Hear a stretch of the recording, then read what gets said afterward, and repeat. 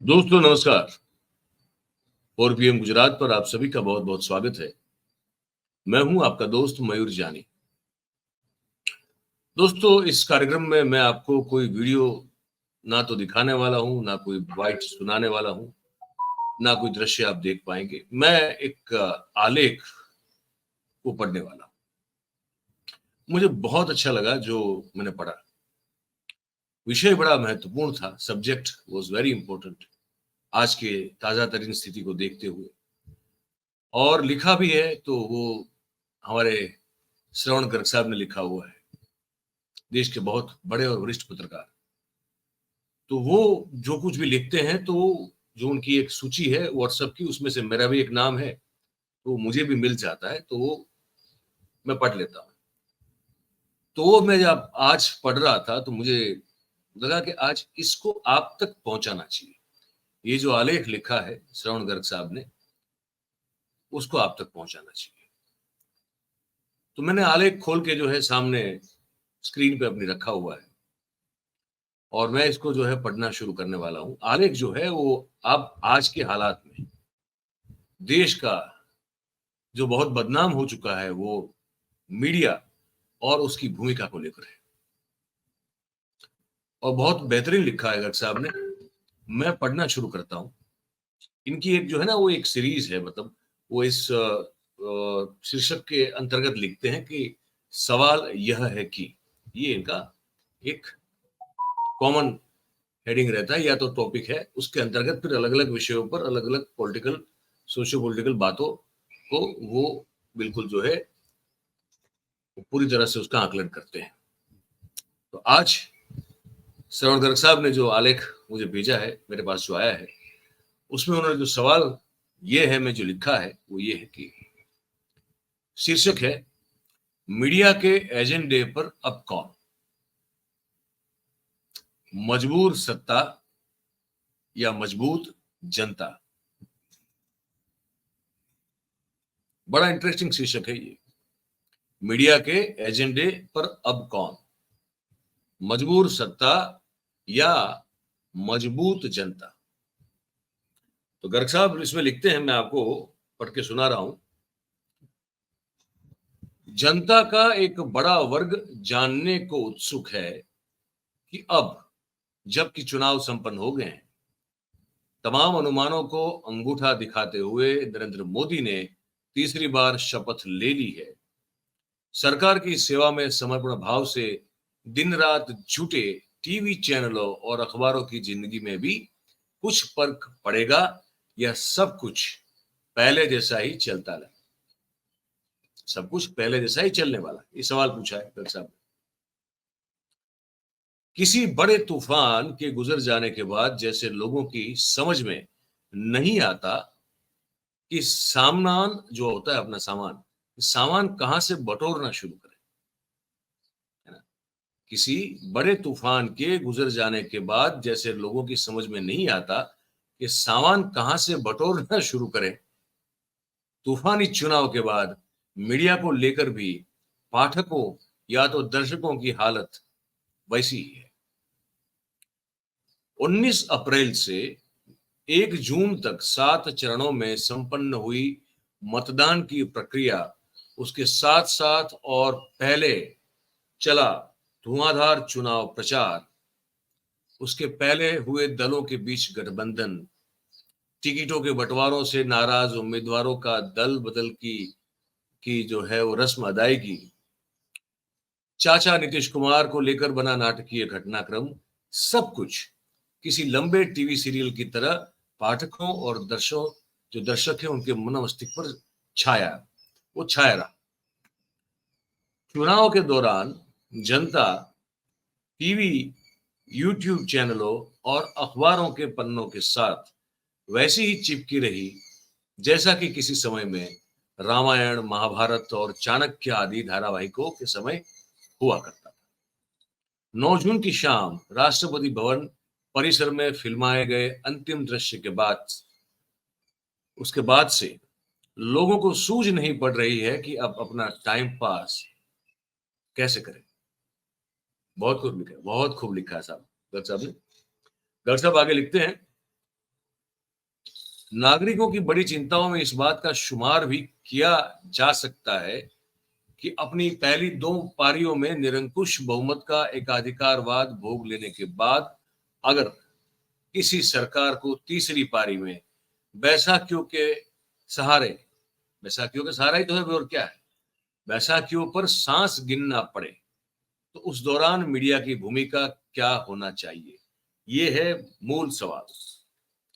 कहा जा रहा है कि पिछली 2 पारियों की तुलना में तीसरी पारी में भाजपा को मिले कमजोर समर्थन के पीछे भी असली ताकत तो गोदी मीडिया की ही है, खास करके हिंदी पट्टी में।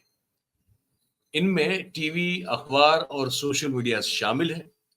मीडिया की भूमिका अगर निष्पक्ष रही होती तो नतीजे काफी चौंकाने वाले। गर्ग साहब आगे लिख रहे हैं कि आपातकाल 1975 में उस दौरान मीडिया की भूमिका के बारे में लाल कृष्ण आडवाणी ने टिप्पणी की थी कि इंदिरा गांधी सरकार ने तो मीडिया से सिर्फ झुकने के लिए कहा था, पर वो तो घुटने के बल रेंगने लगा।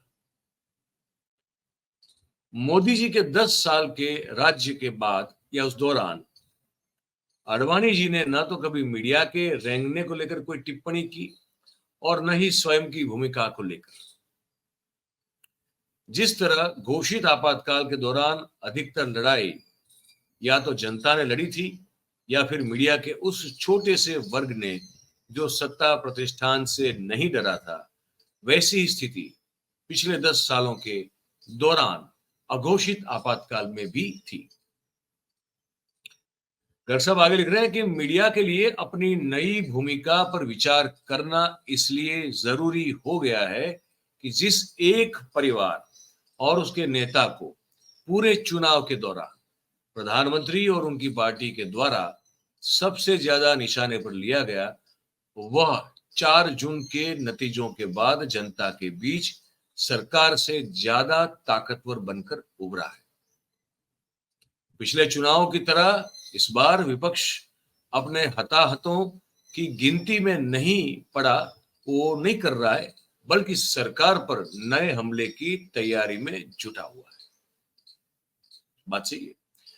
गर्ग साहब आगे लिख रहे हैं कि सवाल यह है कि चंद्रा बाबू और नीतीश कुमार की कृपा से एनडीए को जिस तरह का अस्थायी बहुमत मिल गया है, वह अगर नहीं मिलता और विपक्षी दलों के इंडिया गठबंधन को सरकार बनाने का दावा पेश करने काबिल सीटें मिल जाती, तब भी क्या ये जो मीडिया है वो हिंदू मुस्लिम दंगलों के जरिए टीआरपी बढ़ाने में जुटा रहता या सार्थक बहसों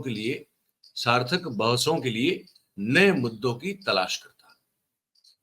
सवाल ये है। गर्ग साहब आगे लिखते हैं और मैं आपको पढ़ के सुना रहा हूं। दुनिया के प्रतिष्ठित मीडिया प्रतिष्ठानों में, दुनिया के जो जितने भी प्रतिष्ठित मीडिया संस्थाएं हैं, तो उनके बारे में यही कहा गया है, वो यही कहा गया है कि सत्ता में चाहे जो व्यक्ति या पार्टी रहे।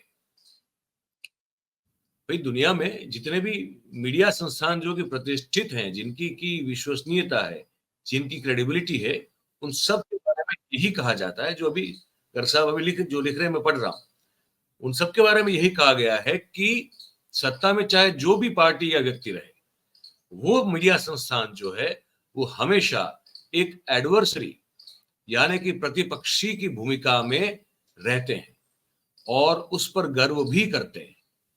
सिर्फ रहते नहीं है, उस पर गर्व करते हैं। कोई ऐसी परिस्थिति जिसमें किसी एक दल को एकाधिकार पूर्ण बहुमत प्राप्त हो जाए, तो विपक्ष से बड़ी चुनौती मीडिया के सामने खड़ी हो जाती है। लोकतंत्र में आमतौर पर यह होता है। गर्ग साहब आगे लिख रहे हैं कि लोकसभा चुनाव का नशा जैसे जैसे कम होगा, बदली हुई जो जनता है वो सरकार और मीडिया दोनों को ही कटघरों में खड़ा करने वाली है। ये पूछा भी जाने लगा है कि मीडिया अब क्या करने वाला है। एक बात अभी से नजर आने लगी है कि राजनीतिक तौर पर कमजोर होकर उभरे मोदी मीडिया पर नियंत्रण को और कसने की कोशिश कर सकते हैं। वे कतई नहीं चाहेंगे कि मीडिया राहुल गांधी और उनके नेतृत्व वाले इंडिया गठबंधन के प्रति किसी भी तरह की उदारता दिखाए। तय अब मीडिया को करना है कि बदली हुई परिस्थितियों में भी वह किसके एजेंडे पर काम करने वाला है, एक कमजोर हुकूमत के या फिर ताकतवर जनता के। यहां पे गर्ग साहब का आलेख समाप्त होता है। तो मैंने ये पूरा आपको पढ़ के सुना है। आने वाले दिनों में, अभी से लेके आने वाले दिनों में इस देश के मीडिया की जो है वो लाइन क्या होनी चाहिए, वो किसके एजेंडे पे काम करेगा, बड़ा बहुत ही महत्वपूर्ण सवाल है। मजबूत जनता या मजबूर सरकार के, किसके साथ खड़ा रहेगा मीडिया? क्योंकि जनादेश जो है बड़ा साफ है और मीडिया हमेशा जो है, चाहे कोई भी हो सत्ता में या कोई व्यक्ति हो या पार्टी हो, लेकिन उसके प्रतिपक्षी के तौर पर जो है, एडवर्सरी के तौर पर खड़ा रहना, यही जो है वो सही काम होता है मीडिया का। और सिर्फ सही नहीं होता, गर्व लेने लायक होता है, जो कि यही बताना था आपको इस कार्यक्रम में, तो बता दिया। अब आपकी बारी है। आप इसको सुन के आपको क्या लगा, कैसा आपने महसूस किया, आपके मन में क्या विचार आए, आप लिख के कमेंट करके हमको जरूर से बताएं।